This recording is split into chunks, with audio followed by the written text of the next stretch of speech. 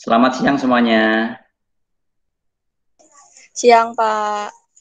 Siang, Pak. Siang, Bapak Pak. bisa minta tolong dihidupkan kamera dan mikrofonnya, biar kita bisa saling tatap muka, biar Bapak juga bisa mengenal Anda.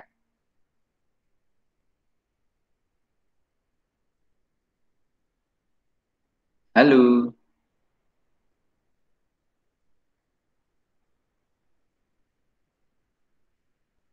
Kok belum ada jawaban ya?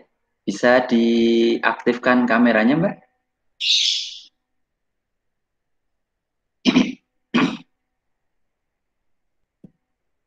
Anteng ya?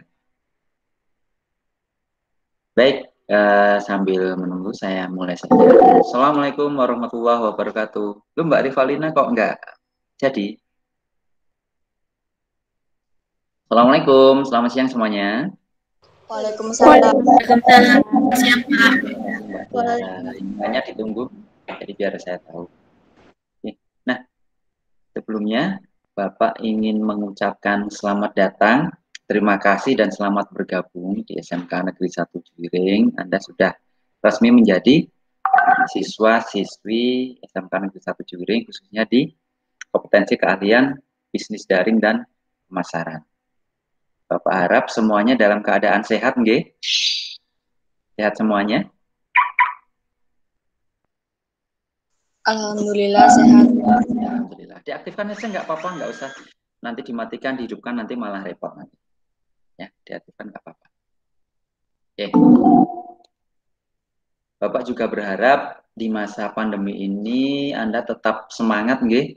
Walaupun pembelajarannya daring sejak Anda SMP sampai dengan sekarang kelas 1 masih tetap daring, Bapak harap tetap semangat. Bapak harap masih tetap berjuang. Karena ini demi siapa? Demi Anda sendiri semuanya. Nah, sebelumnya perkenalkan, nama saya Bapak Adi Manyu. Anda bisa memanggil saya Bapak Adi. Kebetulan Bapak mengampu mata pelajaran seni budaya. Nah, selama 1 tahun ke depan nanti kita akan ketemu di pelajaran seni budaya. Kemarin Bapak sudah share materi di Google Classroom, ya? Sudah gabung di Google Classroom semuanya? Sudah ya, alhamdulillah. Nah, ada materi yang saya sampaikan di perkenalan, itu adalah materi awal sekaligus pengenalan seni budaya. Kemudian juga hari ini tadi saya share materi secara lengkap. Materinya nanti akan berkisah tentang buku ini. Nanti yang akan kita pakai selama 1 tahun ke depan. Anda tidak perlu khawatir nanti mencarinya bukunya di mana, Pak. Apakah harus ke sekolahan? Tidak. Nanti saya sudah siapkan materinya agar Anda mudah dalam belajar materi. Salah satunya adalah di bab 1, tadi sudah Bapak kirim di Classroom, itu berupa PowerPoint dan scan PDF. Nanti Anda bisa belajar di dalamnya. Kemudian Bapak juga minta Anda untuk belajar sedikit plus untuk mencatat tugas sekaligus dirangkum. Itu tugasnya tadi sudah dibaca belum ya di Google Classroom? Bapak harap sudah dibaca, nggih?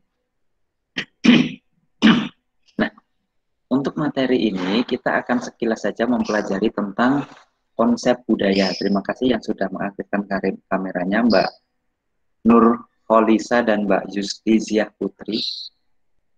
Oke, ini Bapak akan share screen dulu untuk PowerPoint-nya. Nanti sekilas kita akan bicara mengenai konsep budaya.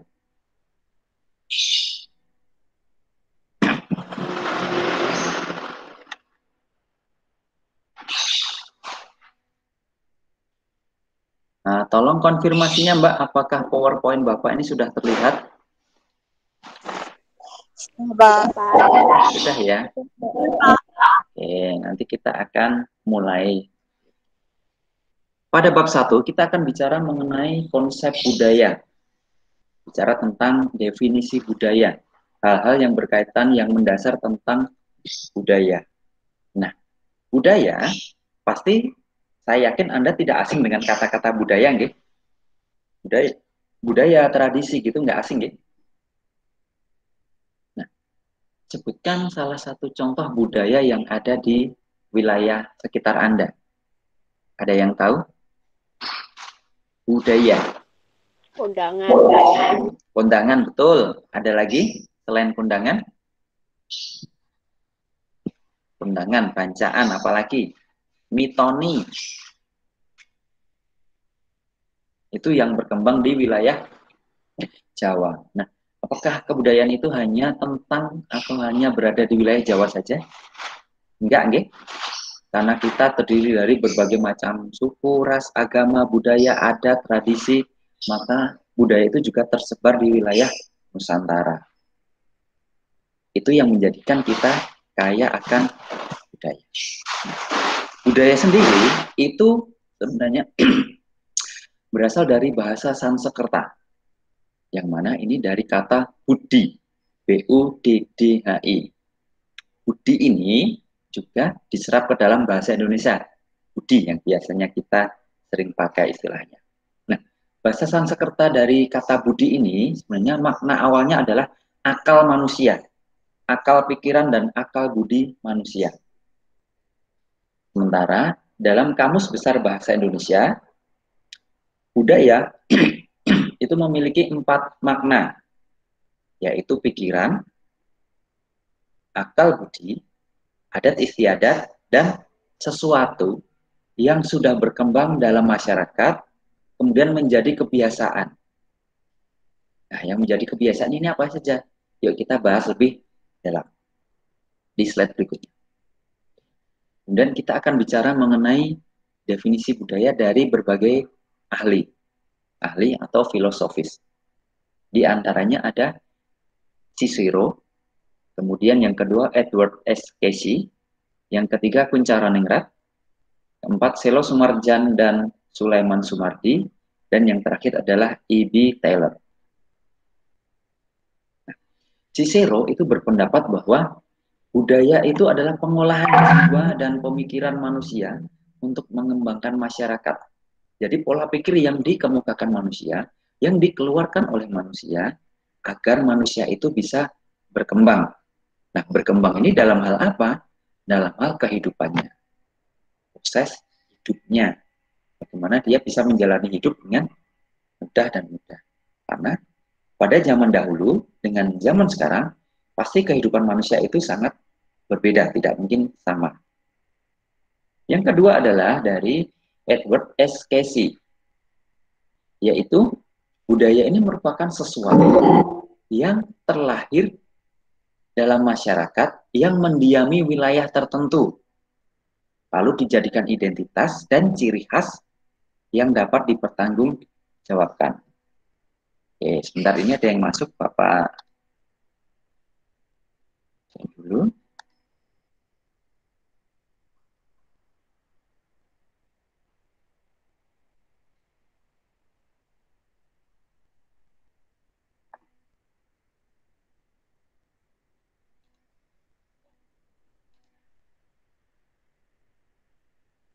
Halo, masih di sana, Mbak?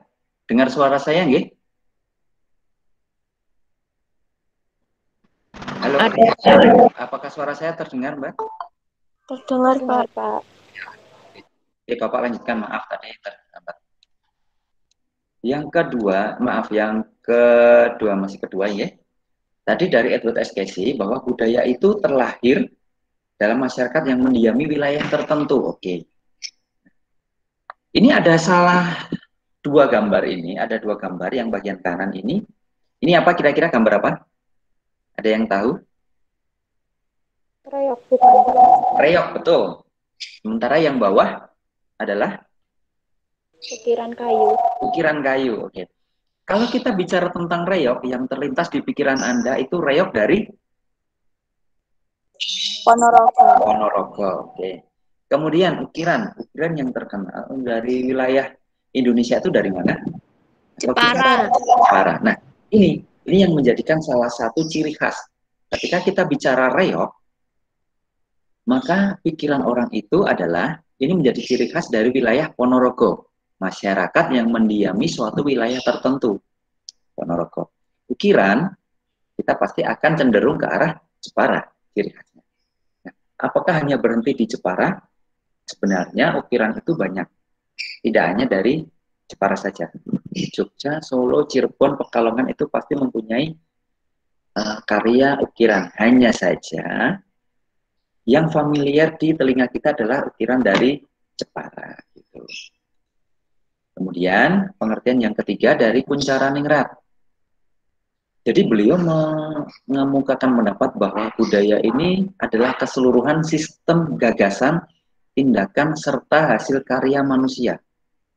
Gagasan dan tindakan, itu kan gagasan bermula dari pikiran. Konsep awal tadi, di kata Sanskerta tadi, kata budi adalah akal manusia, akal budi. Sama, gagasan dari akal budi. Kemudian dituangkan dalam tindakan yang menjadi suatu karya manusia. Nah, karya ini sangat beragam, bukan hanya karya kesenian saja, tapi budaya itu juga menjadi satu bentuk karya manusia. Kondangan, bancaan itu menjadi satu bentuk karya manusia. Asalnya apa sih kondangan itu? Asalnya adalah satu bentuk masyarakat atau manusia ingin bersyukur dan berbagi kepada sesama. Yang mana tradisi tersebut diwariskan secara turun-temurun sampai sekarang. Di tempat Anda masih ada nggak Mbak kondangan? Masih.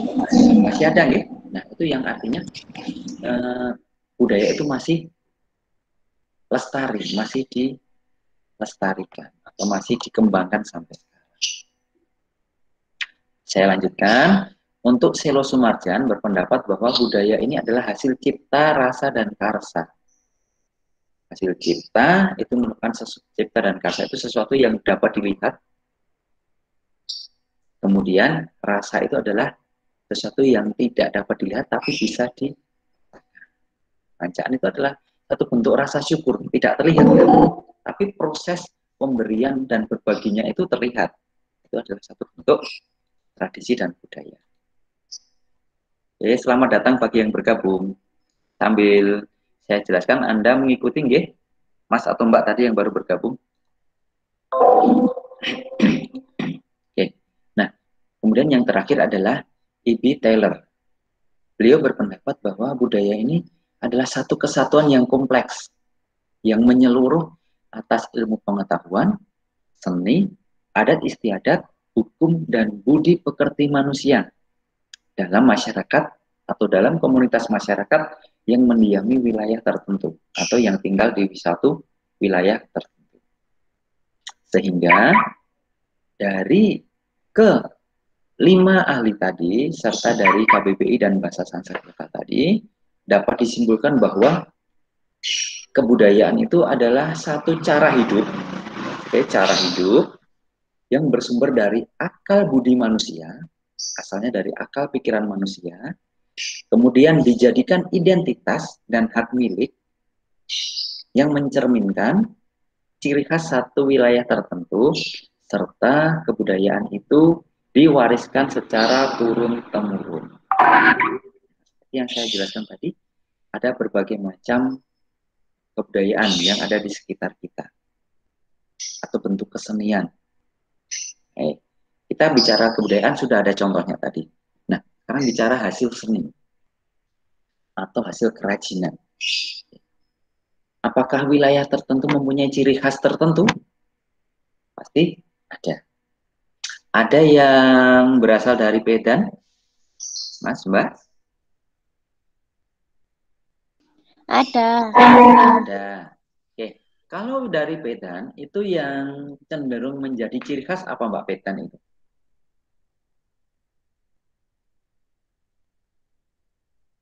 Medan itu apa?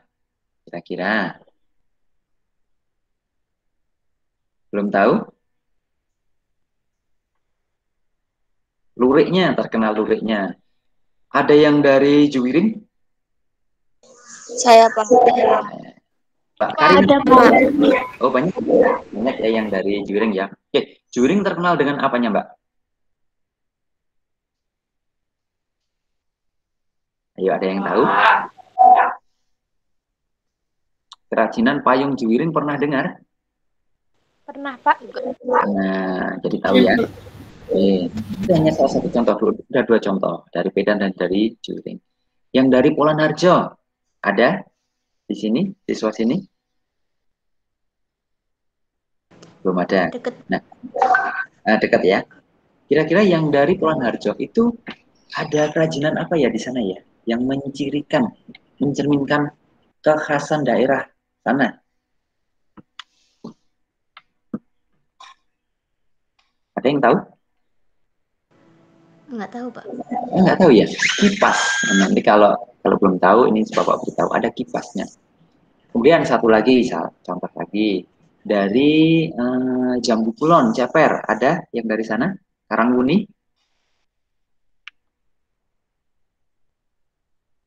Sepertinya nggak ada ya. Kalau Karangwuni ada yang tahu yang menjadi ciri khas di Karangwuni itu apa? Atau di Jambu Kulon? Kerajinan bambu. Pernah melewati sana, Mbak? Belum, Pak. Belum ya, belum lewat sana ya. Di pinggir jalan raya sebelum lampu merah Karangwuni itu ada banyak sekali perajin bambu. Ada yang dibuat bebek, ada yang dibuat gazebo dan yang lainnya. Bapak lanjutkan, nggih. Satu lagi sub bahasanya kita tidak usah panjang lebar, nanti kita bisa sambil jalan. Yang kedua adalah unsur budaya. Nah, unsur budaya ini ada 7 unsur pokok atau 7 unsur penting yang dapat mempengaruhi terwujud dan terciptanya suatu kebudayaan. Yang pertama adalah sistem kepercayaan atau religi. Yang mana sistem kepercayaan wilayah satu dan yang lainnya ketika berbeda itu akan menghasilkan satu bentuk tradisi yang berbeda pula. Oke. Masyarakat seperti contoh gambar yang Anda lihat ini, masyarakat yang tinggal di kira-kira ini wilayah mana? Kalau Anda melihat seperti ini. Bali, betul. Bali. Betul, betul sekali 100. Masyarakat yang tinggal di Bali yang notabene adalah mayoritas beragama Hindu pasti memiliki tradisi dan kebudayaan yang berbeda dengan masyarakat yang ada di sini. Misalnya di Jawa, pasti akan berbeda. Karena pengaruh apa? Pengaruh kepercayaannya, pengaruh keagamaannya.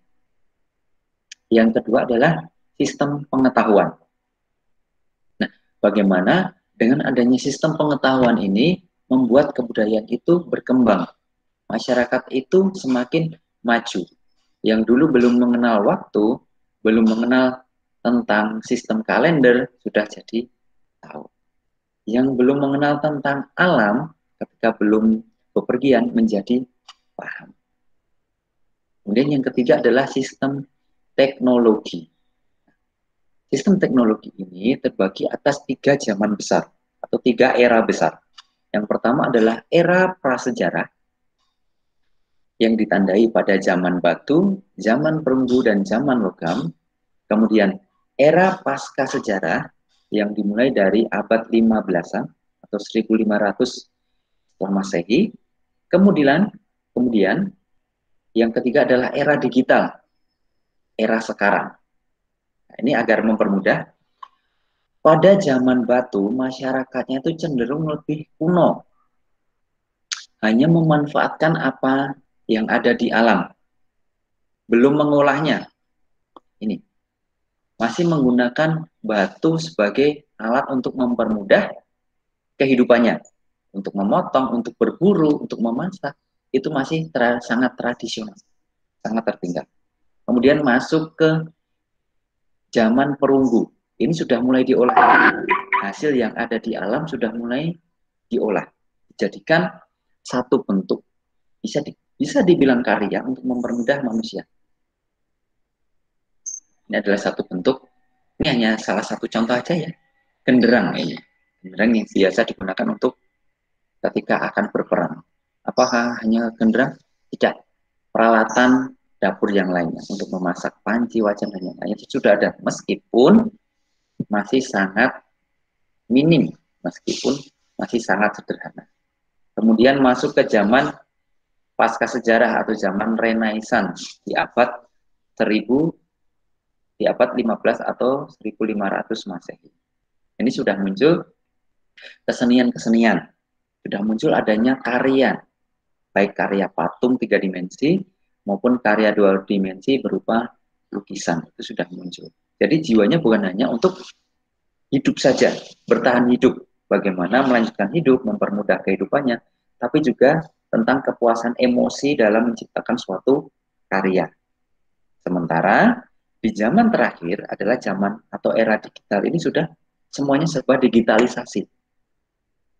Alat sudah modern, karya-karya sudah banyak, bahkan kita pun bisa berkarya melalui gadget yang kita punya, foto dan yang lainnya, itu sudah sangat mempermudah. Setiap dari kita itu bisa menciptakan satu karya sendiri. Pertanyaannya, tinggal kita mau atau tidak. Nah, secara umum, sistem teknologi ini sangat membantu manusia. Pasti ada sisi positifnya. Namun, di samping ada sisi positif, pasti ada sisi negatifnya. Di antaranya apa? Dengan adanya perkembangan teknologi yang menyebabkan manusia dan masyarakat itu berubah dan maju dan berkembang, pasti akan ada sisi kemundurannya, yaitu dari sikap masyarakatnya yang cenderung malas dan bergantung pada teknologi. Contoh, Anda ada aplikasi Gojek atau pernah memanfaatkan aplikasi Gojek atau aplikasi yang lain yang sejenis toko-toko online? Apakah Anda pernah melakukan jual beli di sana? Halo? Shopee ya, pernah ya? Nah, itu ada sisi plus dan negatifnya. Negatifnya adalah kita jadi tidak bertemu dengan masyarakat atau penjual. Jadi hubungan sosial dan emosinya pasti akan berbeda. Jadi ketika kita jual beli secara langsung dan jual beli secara online, itu pasti akan ada dari sisi emosinya yang berubah. Walaupun ada kemudahan yang lain yang bisa didapatkan. Ada plus yang bisa diambil, yaitu kita tidak perlu jauh-jauh, kita bisa tetap aman, terutama dalam kondisi pandemi ini, tapi secara ekonomi tetap jalan. Oke. Itu yang ketiga dari teknologi. Kemudian yang keempat adalah sistem kemasyarakatan, yang mana sistem kemasyarakatan ini terbagi menjadi dua, yaitu paguyuban dan patembayan.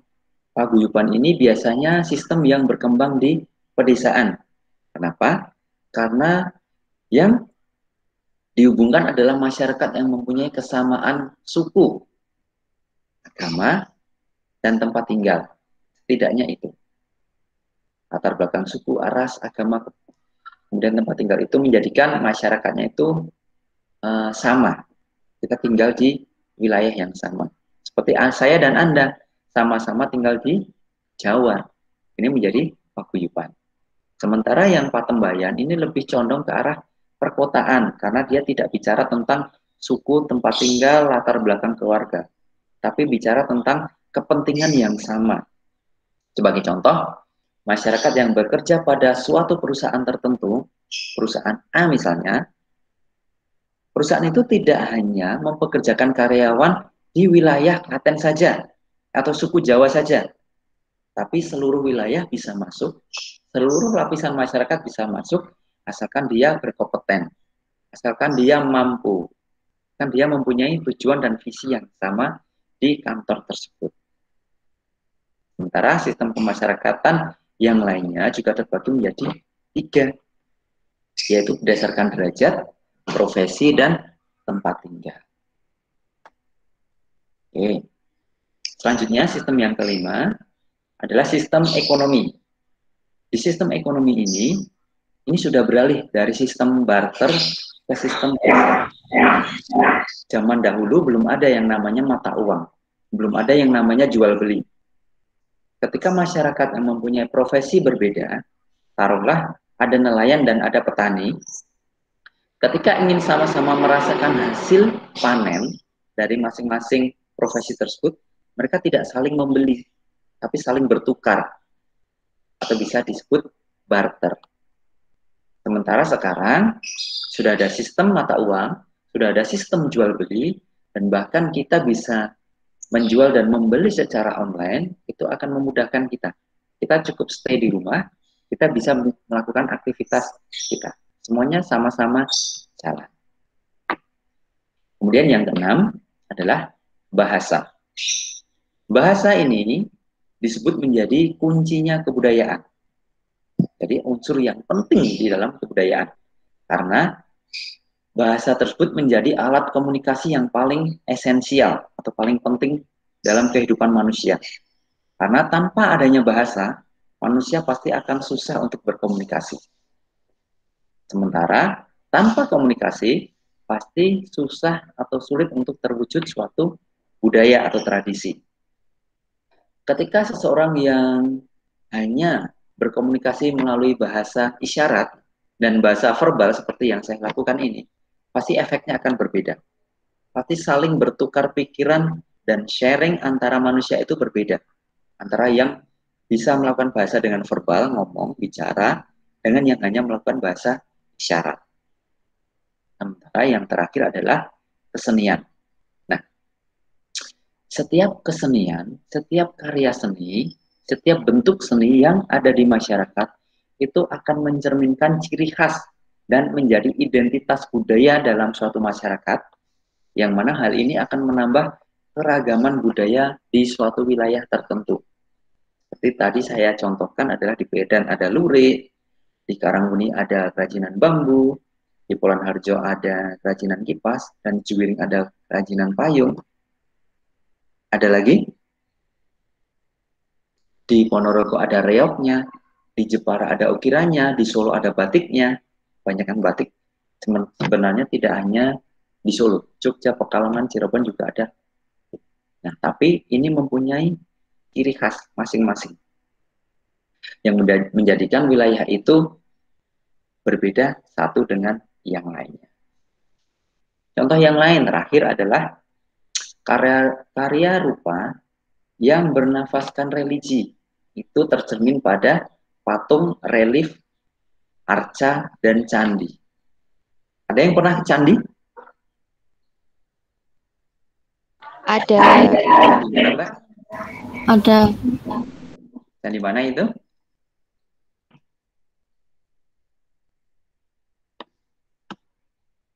Borobudur, Prambanan, atau candi yang lain? Ya nggak apa-apa, kita diskusi aja nih. Sekarang materinya sudah selesai, kita diskusi dulu. Boleh dihidupkan mikrofon dan kameranya. Candi. Candi Prambanan misalnya. Candi Prambanan berlokasi di Jogja. Nah, di Candi Prambanan ini kental dengan nuansa agama apa, Mbak? Islam, Nasrani, Hindu, Buddha, atau yang lainnya? Prambanan? Hindu, tepat sekali, Mas Rifai Cahyo. Panggilannya siapa nih? Mas Rifai, bukan? Ya, Pak. Oh ya, oke, Mas Rifai, terima kasih. Hindu, oke. Apakah candi Hindu hanya di Prambanan saja?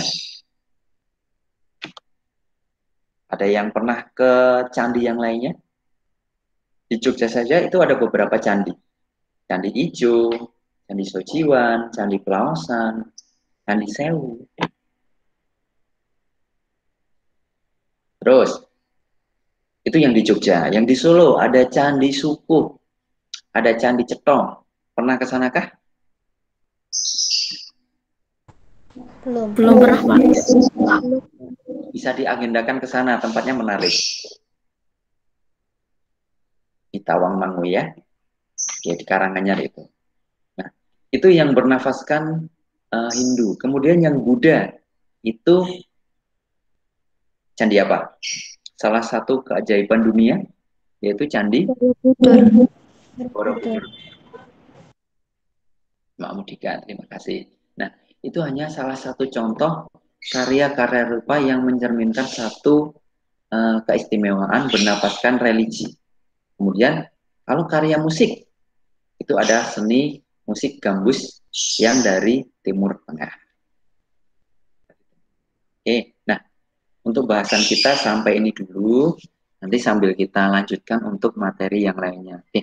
Dari 2 poin tadi yang Bapak sampaikan, definisi dan unsur budaya, ada yang belum paham atau ada yang ditanyakan, silakan.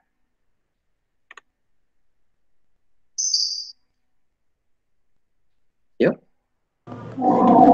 Tidak ada? Oke. Kalau tidak ada, nanti kita cukupkan sekian dulu. Nanti kalau ada yang ingin ditanyakan, boleh silakan, misalnya sekarang belum kepikiran, nanti pas baca-baca kepikiran, silakan boleh Anda catatkan, kita diskusikan di grup atau Anda wapri saya, capri saya nanti bisa. Itu untuk yang materi konsep budaya. Nanti setelah ini nanti kita akan berlanjut di bab 2. Namun sebelumnya silahkan, tadi Bapak sudah share materi, PowerPoint dan PDF itu sama sebenarnya, isinya sama. PowerPoint itu adalah ringkasan dari PDF yang sudah saya buat agar Anda bisa mudah dalam belajar. Nah, tugas Anda adalah membuat rangkuman yang dikerjakan dan disimpan dalam bentuk file Word atau file PDF. Nanti jika ada kesulitan silakan Anda browsing dulu ya. Browsing, buka YouTube atau yang lainnya. Cara-caranya nanti pasti banyak di sana. Setelah itu, tadi Bapak sudah sertakan juga link untuk pengumpulan tugasnya.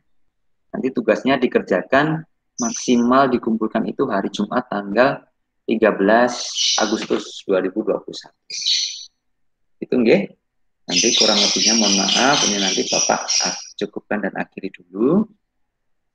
Sekali lagi Bapak ucapkan terima kasih bagi Anda yang sudah bergabung. Bapak harap Anda tetap semangat dalam belajar. Pokoknya jangan lelah untuk mencoba dan mencoba. Serta selalu awali dengan doa. Oke, Bapak harap semuanya dalam keadaan sehat. Anda dan keluarga. Adakah yang isoman? Adakah yang mungkin sedang sakit atau positif?